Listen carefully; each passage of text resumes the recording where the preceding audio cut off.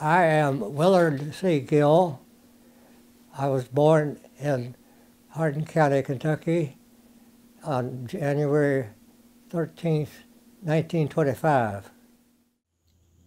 The vast storm clouds of war were seen on the horizon, and yet the storm's fury came upon us with a sudden ferocity.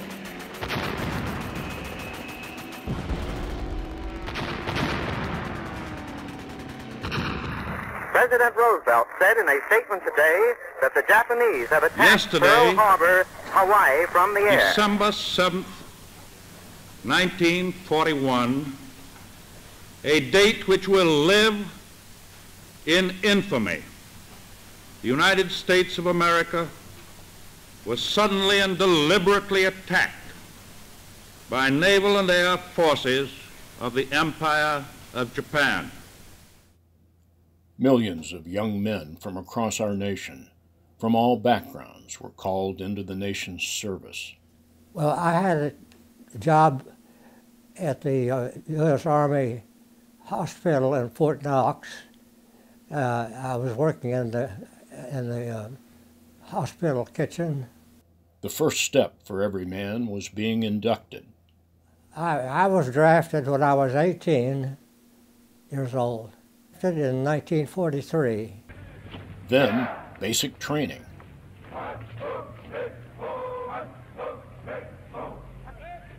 Basic training was Jefferson Barracks, Missouri. After basic, men were assigned to be trained in a variety of needs for their new job in the military. In the case of Private Will Gill, he was to be trained as a gunner for one of the thousands of new bombers coming out of the arsenal of democracy. My gunnery school was located in Colorado, at Lowry Field, Colorado. As far as I know, I was selected for a gunnery school because of my size. Fresh out of gunnery school came his assignment to a bomber crew. I was assigned to a regular aircraft crew of 10 men. My pilot was named Eddie Doherty. Lieutenant Doherty was a very good pilot. Bombers and their crews began the ferry process to their new assignments. Will and the crew he was in were sent to Italy and in the 15th Air Force, who then sorted them out to the various bomber groups throughout the Italian boot. Our crew was a replacement crew in the 451st. I was in the 727th Squadron. After their assignment as replacements in late October, they began the routine that would become much too familiar: combat air operations.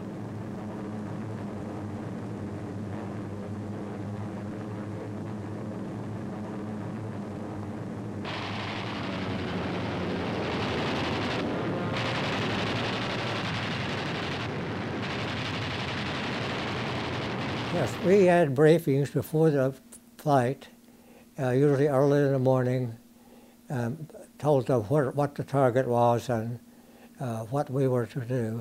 After was overseas about 6 months, I made staff sergeant, and that was a small raise in pay. I mean, there was a certain amount of fear, especially over the target, when you saw that heavy aircraft bursting around the plane, and you could hear it rattling against the skin of the plane. So there was a certain amount of fear, but I guess you just stuck it out. No, I was not in the ball turret on takeoff or landing because the ball turret on the B-24 is retractable, and it can be withdrawn up into the plane so it doesn't protrude. And after we got in flight on our way to the target, then I would open up the hatch and get in the ball turret and take my position and move it around to view whatever was there. the two 50 caliber machine guns in our ball turret gunner, there was a belt of 50 caliber shells each side, each machine gun, and I would estimate about roughly 75 rounds in each side. I don't remember exact count, but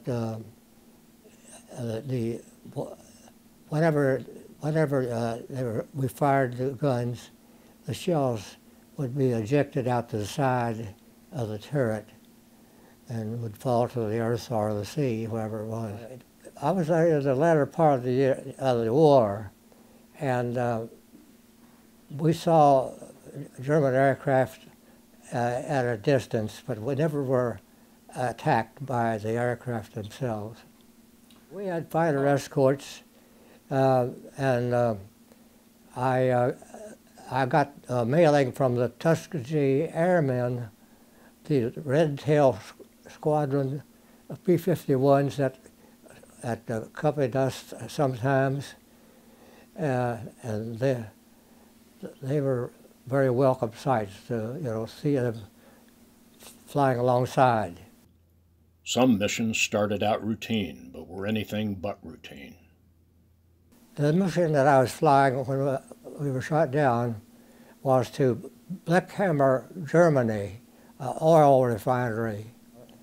We were in a heavy anti-aircraft fire, and I know several planes were lost, but we were lucky to be just shot up, and some of the shrapnel hit our fuel tank, and the pilot determined that we would not be able to make it back to our air base.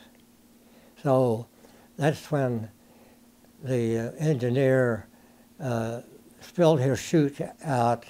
He was coming back to the Bombay to tell us, the rest of the crew, that they had to bail out. So the pilot then determined that he would have to set the plane down in the Adriatic Sea as a way of saving this engineer's life. So they survived the ditching of the plane, and they were rescued by some fishermen. Some of them may have been partisan, Yugoslav partisans, I don't know. But then the rest of us were strung out over the island miles apart. And when I landed, I came down and I hit my hip on a rock. And I saw some heads sticking up out of behind bushes when I looked around, and I think they were wondering if I was a friend or a foe. Then they saw that I was American, and they took me back to their house because I was having trouble walking. And I spent that night in the Yugoslav house with a family, and they fed me, of course. And the next morning, they said, we've got word that a boat is coming around the island picking up all the members of your crew. So my hip was very sore at that time, and I couldn't walk hardly at all. So they said, well, we can get you down to the boat that's coming to the harbor. And they put me on a donkey, and they rode me down this steep mountainside, a zigzag trail.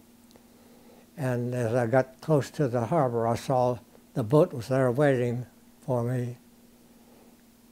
And my other crew members were aboard, and they started cheering when they saw me coming down on that donkey.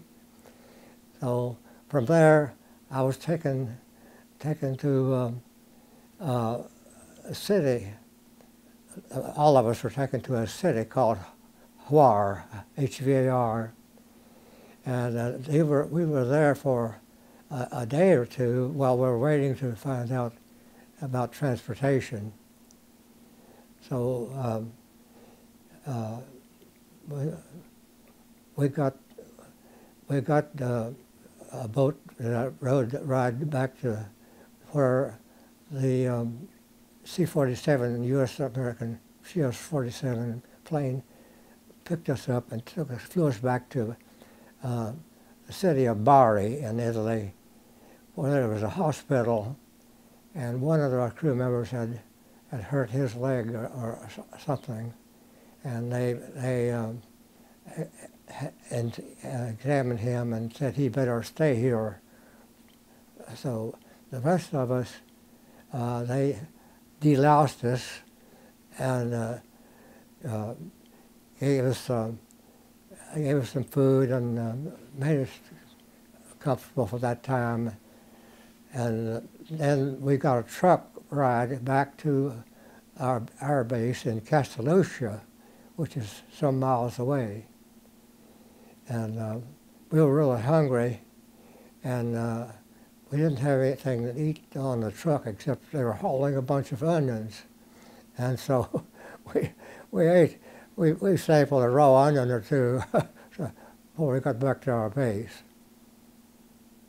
After we got back to the base, we were more or less okay, and things went normal. And they gave us a break in the missions, and a few days later, they gave us a break, a sort of a vacation, like a leave, and we went to the Isle of Capri for a little rest camp, and we got to stay at a hotel there and go up and see the sights, and it's a pretty nice place. We got to go down and see the Blue Grotto, which is a kind of a well-known cavern underneath a shelf of the land, and the light shines through the sea and makes it blue. And after that, we came back to our base, and we started resuming missions. We flew 31 more missions after that, until the end of the war. You know, this scarf is a part of the chute that I used when I bailed out. When I landed, I gathered up my chute and took it to the house where the people welcomed me to stay overnight on the island. And they were very enamored of the silk scarf, the silk and the parachute, and it was something that they apparently didn't have access to. But I think some of the women used it as a clothing or something like that, and so they were thought very highly of that. And so I gave it to them, and the only piece I've got is this remaining. After a while, the missions all seemed to blend together, and even the last one is difficult to remember. I'm not absolutely certain about my last mission, but it may have been in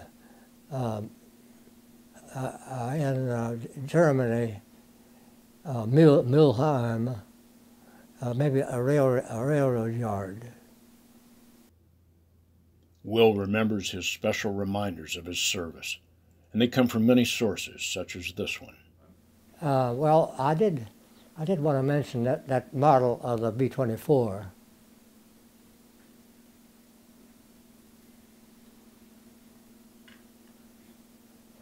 This is a scale model of the B-24 heavy bomber, and it carried a crew of 10 and was carried 8 500-pound bombs. It was, this model was made for me by my brother-in-law, and I've kept it ever since as a sort of memory of all these things that happened. Will Gill's service has ended, but not his attachment to his country. I'm proud of our service to the country. God bless America.